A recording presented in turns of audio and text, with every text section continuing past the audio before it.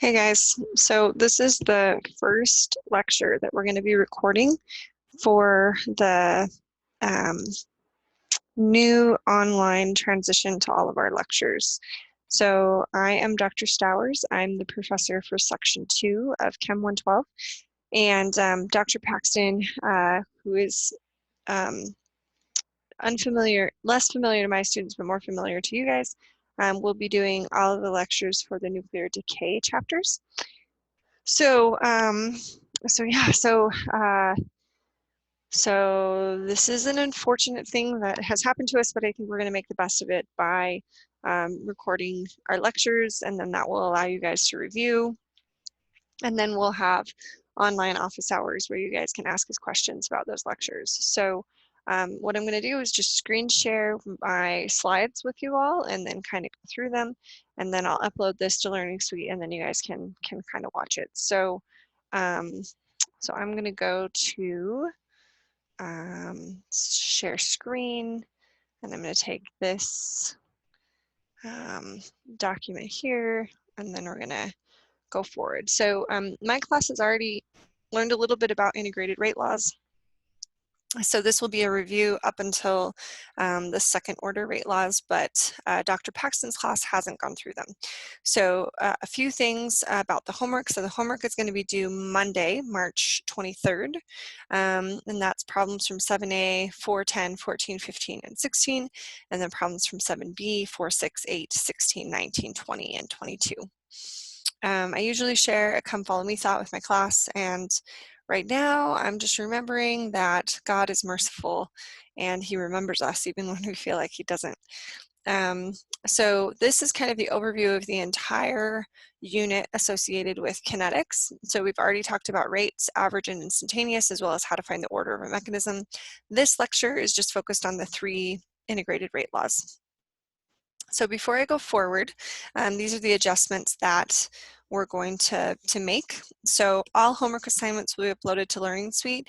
Those are all made possible by uploading pictures or scanning in and uploading your files, and we have it set so that you can upload one file or multiple files for the number of pages that you have. We would ask that you try to string them together. The TAs are going to grade or annotate them, and it's going to be easier for them if it's one file. We'll still have quizzes, which are these long take-home ones, but these will be uploaded to Learning Suite. So again, we'll have places for you to upload those.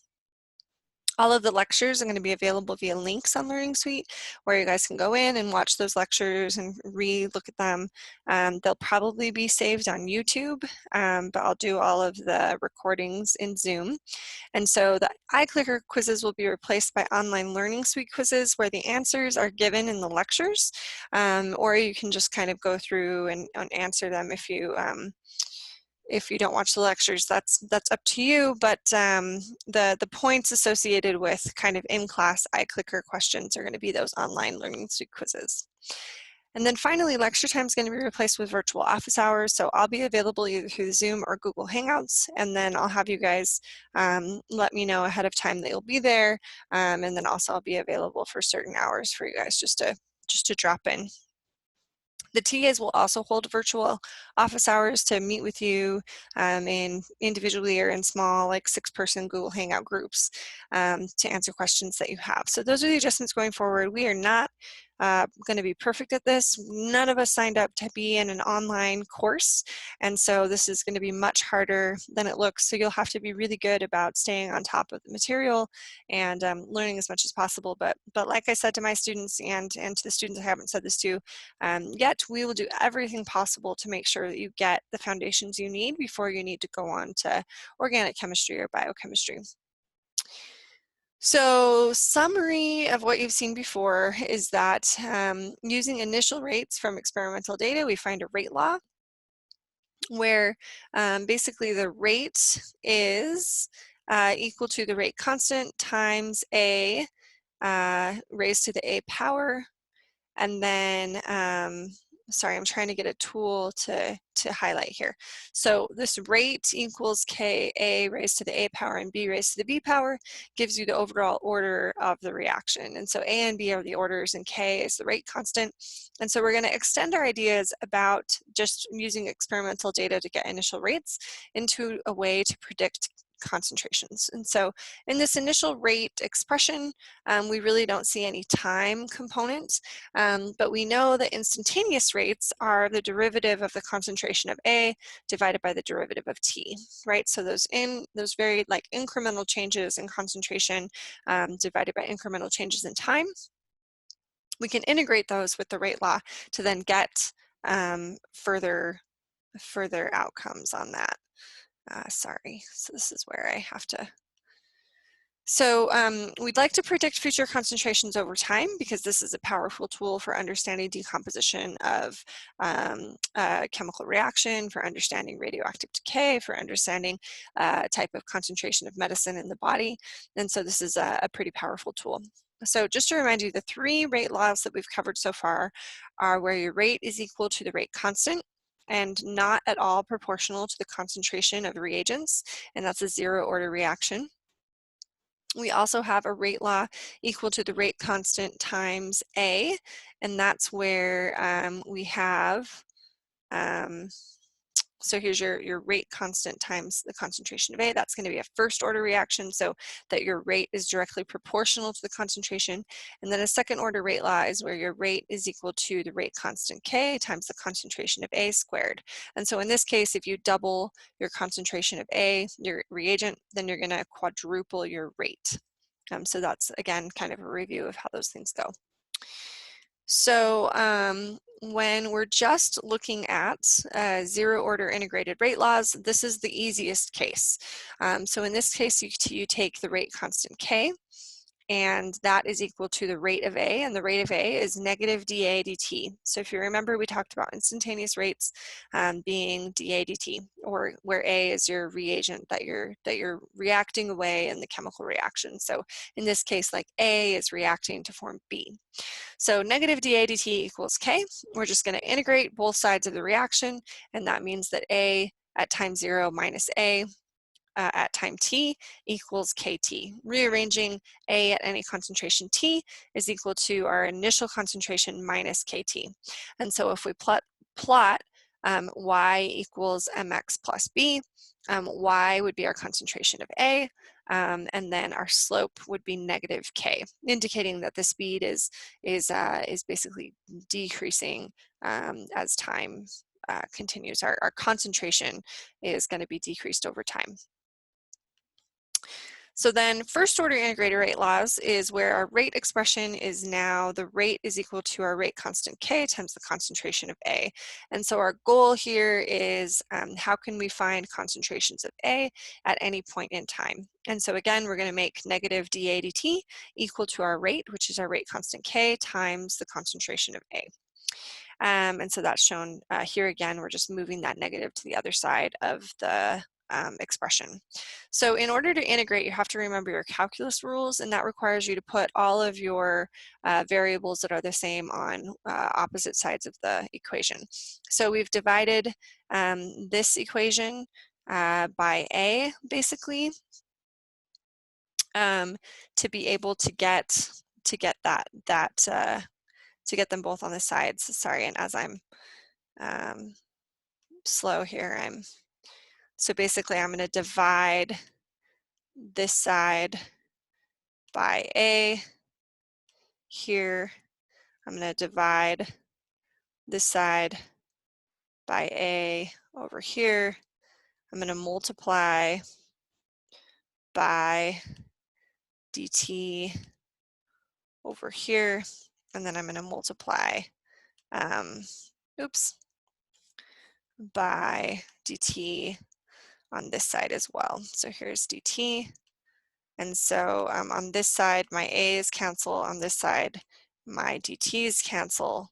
And I end up with this.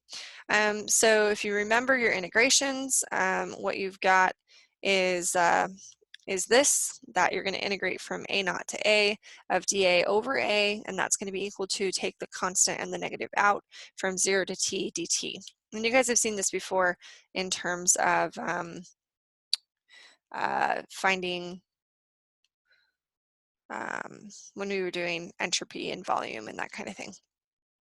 So in our first order integrated rate laws, this gives us that, if you remember, dA over A is going to be equal to the natural log of x. The integral of dx over x equals the natural log of x plus a constant. And so we're going to have the natural log of concentration of A at any time t plus a constant minus the natural log of A naught plus a constant. And then the other half of the integral is just negative k 0 to t dt is equal to negative kt. So this we're going to set equal to this, and the other thing you have to remember is your calculus rule that when logarithms or natural logs are subtracted, then you can take the natural log of the dividend product here. So, so basically what we end up with is the natural log of A at time t over A naught is equal to negative k, the rate constant, times t. You can rearrange it in kind of like y equals mx plus b slope form, where y would be the natural log of A at any time t is equal to the natural log of A minus kt, or so your slope would be negative k. And then this expression is actually really useful, where you've taken the exponent of both sides of the equation and then rearranged so that A at time t is equal to A naught times E minus kt. And so an e to the negative power is going to be a number less than 1.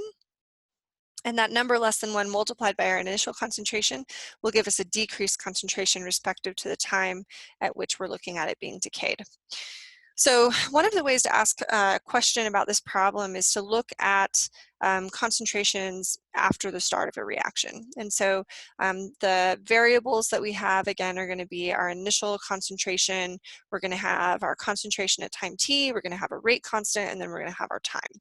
And so this question is asking what concentration of dinitrogen pentoxide remains 10 minutes after the start of its decomposition at 65 degrees Celsius, when its initial concentration was 0.04 molar. So we give you a chemical reaction. We say, you know, two parts dinitrogen pentoxide in the gas phase decomposes into 4 parts nitrogen dioxide in the gas phase plus 1 part oxygen in the gas phase. The rate is equal to the rate constant times the concentration of N2O5. And then we give you the rate constant, and it's 5.2 times 10 to the negative third inverse seconds. So this part right here, this part of the problem here indicates that it's a first order reaction. And so we can use the first order rate law, integrated rate law, where A at concentration T is equal to A naught, e to the negative KT. So we're just going to substitute in our nitrogen pentoxide into A, because that's what we're looking at the decomposition of, and then that's raised to e to the negative KT. So students at this point would ask, hey, can I use this integrated rate law if I have more than one reagent that's decomposing? And the answer is no, because you would have the concentration of A and the concentration of B, and we haven't integrated multivariables on one side of the reaction. So that would be the same thing as kind of like X times Y equals Z. And so you're really only using integrated rate laws if you've created a situation where you're just looking at the decomposition of one reagent going to one product.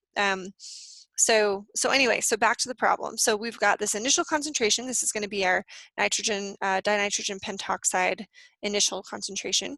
Our time is 10 minutes, but our rate constant is in inverse seconds, and so we need to convert those minutes to seconds. So here's another place where students can get confused, is that your rate constant and your time units need to match up, and then we're just going to take 0.04 times e to the negative 5.2 times 10 to the negative third times 600, and that's going to give us our answer of 0.0018 molar. Again, not too difficult once you can kind of arrange the information and say, you know, what's your starting concentration, what's your end concentration, and kind of go from there. So, so I'm going to give you a chance to kind of work through your own problem. So this is calculating the concentration of cyclopropane, C3H6, remaining after the first order. So there's that keyword again, knowing that you're going to use an integrated rate law for first order, into its propene isomer. So C3H6 goes to CH3, CH, CH2, and there's that double bond. The rate of the conversion was continued at 773 Kelvin for 200 seconds. And so if the initial concentration is 0.1 molar and the rate constant is 6.7 times 10 to the negative fourth inverse seconds, if we have forgotten what we're looking for at this point, you're looking for the concentration of cyclopropane remaining after 200 seconds with a rate constant of 6.7 times 10 to the negative 4. So go ahead and work that out. Probably pause for a minute and then kind of plug everything in and then start again. Okay, so then your answer ends up being 0.087 molar. Another way to use the first order integrated rate law is, and I gotta delete my drawings, is to basically find how much time it takes. So in the last example, we looked at the concentration at a certain time. In this example, you're given an initial concentration, you're given a final concentration, and they want you to calculate time. So this is just a rearrangement of that integrated rate law. Again, this is the first order reaction we already learned about in the last example. Here's your rate constant that we already talked about as well. And so how long is it going to take for the concentration of dinitrogen pentoxide to decrease from 20 millimolar to 2 millimolar at 65 degrees Celsius? So we're going to use that integrated rate law again, and we're just going to rearrange it to solve for t. So natural log of AT over A naught times 1 over negative K is going to equal t. And so we can just plug that in as a natural log of 2 millimolar divided by 20 millimolar is equal to negative KT. Do a little bit of division here. And that ends up being 440 seconds. So again, I'm going to give you a chance to do it on your own for cyclopropane. So a cyclopropane isomerization process is first order. That's those keywords. How long does it take for the concentration to decrease from 1 to 0.005 molar at 500 degrees Celsius? Rate constant 6.7 times 10 to the negative fourth seconds. So work through that, rearrange as needed, find all the values that are needed, pause. Okay, come back to me. So then you can just plug all of that in and then you end up with 7,900 seconds or 2.2 hours. So a thing that we're gonna see on the next slide is the effect of the rate constant on rates, but we can actually see it right here. So these are both first order rates, but the rate constants differ by an entire order of magnitude. And you can see that that order of magnitude makes a huge difference in terms of how long it takes to decay. So smaller rate constants are associated with longer decomposition times. It's going to take longer to convert A to B if your rate constant is very small. And if your rate constant is very large, it means that it's going to happen very quickly. So we can think about this as a very useful tool when thinking about first order reactions and half-lives. So the half-life known as T1/2, and this is a new variable where T1/2 is the time needed for a concentration to fall to 1/2 of its original value. So 1/2 of its original value. So here's A naught, for example. I've got 16 parts of A naught, and at 1 half-life, I now have only 8 parts of A naught, and at the second half-life, I now only have 4, and at the third half-life, I only have 2, and at the fourth half-life, I only have 1. So we have that exponential decay of half-life. So there's lots of half-life processes in population, chemical reactions, radioactive decay, and I think this is kind of where that COVID-19 joke goes in, but I'll let you guys make that joke. And you guys have heard of radioactive decay, basically. So here's, and we can use half-life for all of the different orders, but we really only use it for first order reactions. So what I want you to look at is this blue line here. So this blue line here is the decay for a first order process and then a first order process. And the only difference between these two blue lines is that this rate constant is larger than this rate constant. And so basically what we see is what we saw numerically on the last slide is graphically here, the larger the rate constant, the more rapid the decomposition of a reactant or the decay of initial concentration. So if K is very large, you're going to have really fast decay decay. And so if you were using that for radioactive decay, that's going to mean it's a considered hotter sample because you're decomposing into more radioactive nucleotides as you do that decay.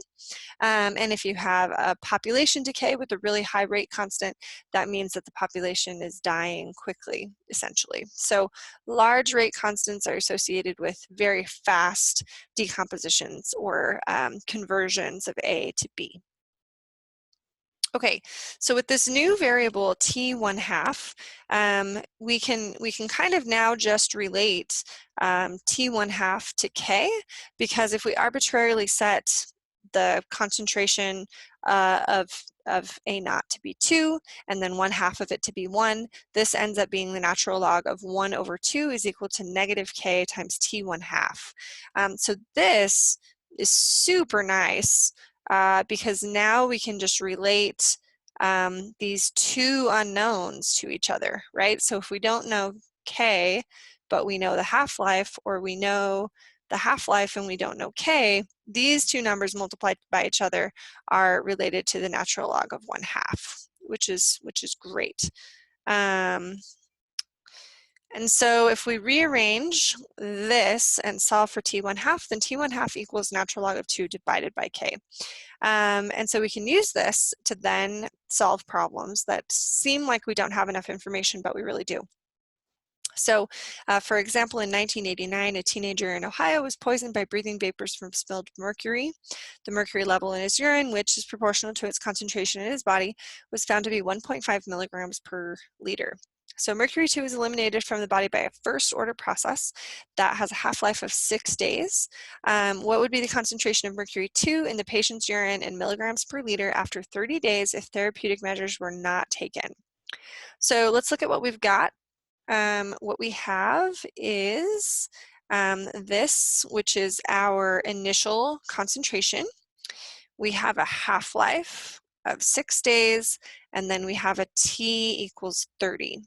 And so, and they want to know the concentration AT, right? So this is our AT. So here's our concentration, A sub T. This is what we're looking for.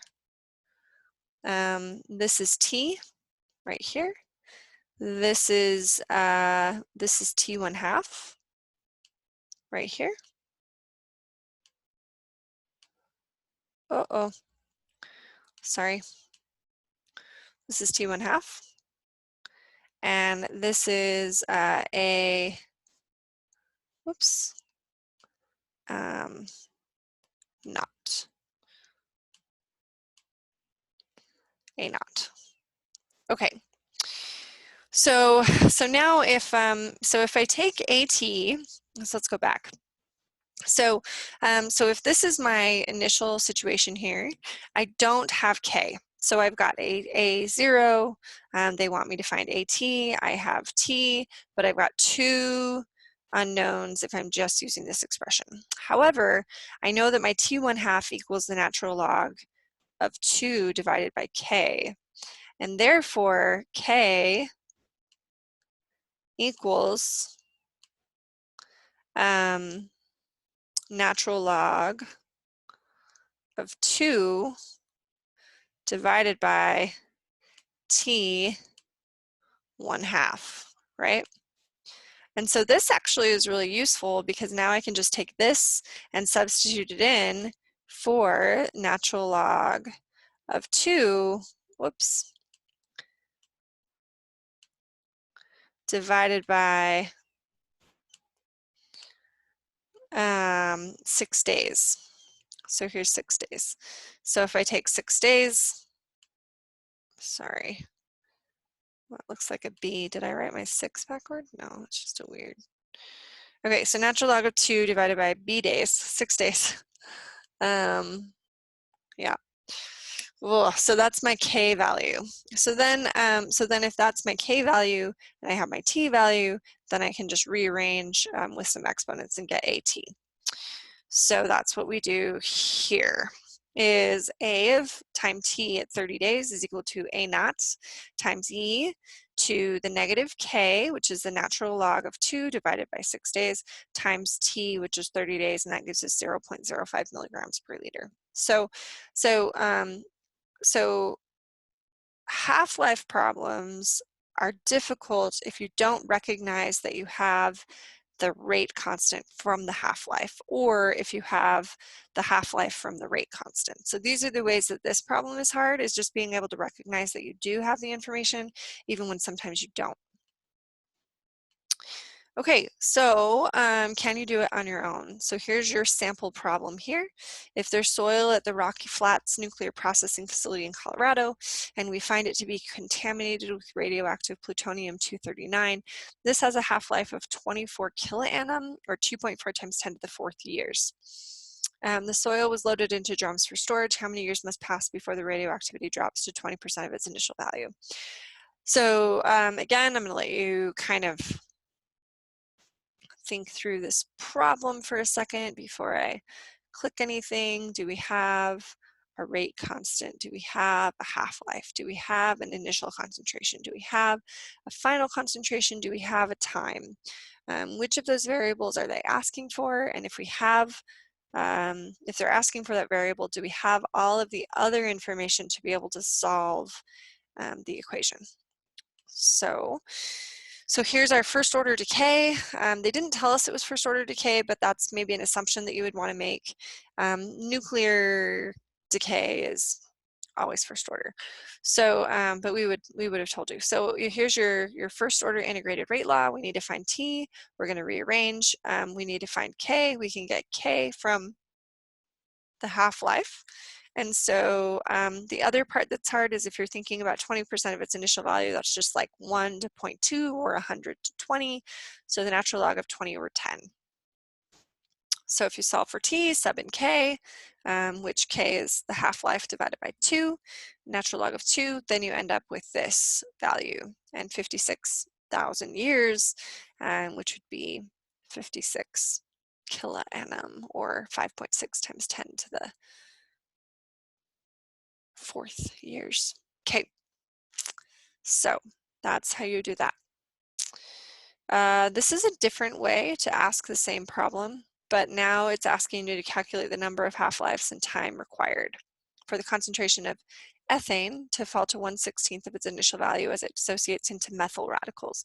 So it gives you the ethane to methyl radical chemical reaction. It gives you a rate constant. You need the total time and the half-life. So again, you have a rate constant, but not a half-life, but you can convert between the two using that half-life formula. So you've got that initial rate constant, natural log of 2 divided by the rate constant gives you your 1300 seconds is your half-life, 1 half-life. And so part B is just solving for T, knowing that you're going from 1 to 1/16. So instead of the 20% that you're going to in the last problem, you're going to 1/16. So here you're going to solve for T again, 5,000 seconds. So to answer A, we're going to need to divide that 5,000 seconds divided by the time of 1 half-life. So 5,000 divided by 1,300 is 3.8, or about 4 half-lives that it's going to take to go to 1/16 of its initial value, and that will take about 5,000 seconds. Okay. So let's talk about second order integrated rate laws. And we don't cover this as extensively, but it's really not that much harder. It's just different calculus. So the rate of disappearance of A is going to be equal to K times the concentration of A squared. And so now if we're going to look at the rate of disappearance of A, you're going to take your instantaneous rate, so which is negative D concentration of A divided by dt is equal to K A squared. You're going to move your A squared to the denominator of the left side of the reaction, and you're going to move the dt to the numerator side of the right-hand side of the reaction to kind of separate variables. And then we're going to integrate both sides. Here's your reminder of what the integral looks like, noting that dx over x squared is equal to negative 1 over x. So, and that didn't superscript, sorry. So dA over A squared from A naught to A is negative 1 over AT plus a constant minus negative 1 over A naught plus a constant. And so negative K from 0 to T dt is equal to negative KT. So making both sides together and multiplying all the way through by this negative value, you end up with 1 over A at concentration, 1 over concentration of A at time t, minus 1 over A naught equals KT. So if you wanted to put this into a slope intercept form, you would have 1 over AT is equal to, move this to the other side, 1 over A naught plus KT, where K is your slope, 1 over A naught is your intercept, 1 over AT is your Y value.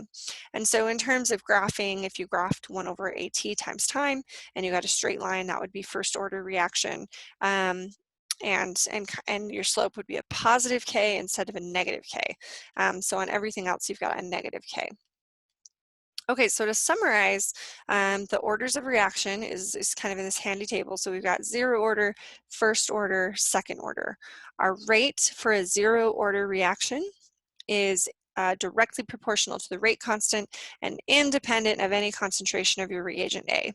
And so when we integrate that rate law, we end up with the concentration of A at time t is equal to the negative rate constant K times the time that has happened plus the initial concentration. And so this is your intercept and negative K is your slope. And you can see that kind of as you plot your just straight up concentration times time. If you see a straight line, that's going to be indicative of a 0 order rate law. So here's your slope, negative K. We don't really use a half-life for 0 order reactions, but if you did, it would be expressed this way. So first order reactions is where your rate is equal to your rate constant times the concentration of A. So your rate is directly proportional to your concentration of A. So the integrated rate law is that your concentration of A is equal to your initial concentration of A times e to the negative KT, K being your rate constant. So in a y equals mx plus b form, you would have the natural log of AT equals the natural log of A naught minus KT. So if you plotted the natural log of your concentration over time, you would see a straight line where your intercept is the natural log of your initial concentration, your slope is your negative rate constant. And so then your half-life is a handy, very, very useful tool where your natural log of 2 divided by your rate constant is equal to your half-life. So, and we use this quite a bit for many applications in chemistry as well as extended into other environmental and sociological applications where you have exponential decay. So your second order rate law is where your rate is equal to the rate constant times your concentration of A squared. And in this case, this is kind of if you're just solving for the concentration of A at time t, but this is the more useful form where we have 1 over the concentration of A at any time t is equal to 1 over the initial concentration plus your rate constant times t. So this is your slope y equals b plus mx. So your intercept is 1 over the concentration of A naught. And if you plot 1 over your concentration over time, you're going to have a positive slope now, and that's going to be equal to your rate constant. And again, the half-life isn't really used. And so this last question just kind of asks which of the following represents the integrated rate law for a first order reaction. So if we look at A, B, C, and D, we see the 3 different expressions for the 3 different rate laws, and then this answer D, it's not D, that has the activation energy, and R and T and A, and so the A is the only thing in there that looks familiar, but A is not even the thing that you think it is, so it's not D. So think about it for just a minute. pause if you need to. And so let's look at A, B, and C. So first order was that one with the exponent in it, and so this natural log kind of gives it away that this A is your first order rate expression, C is your zero order rate expression, and B is your second order rate expression. The other way to kind of tell, assuming that they're all written right, which sometimes we're tripping you up with negatives or whatever, but is that your negative K's are, your slope is negative K for first order and zero order, and positive K for second order. Okay, so I think that that is all for integrated rate laws. And so that ends kind of what's going on there. Let me stop share. We're still recording.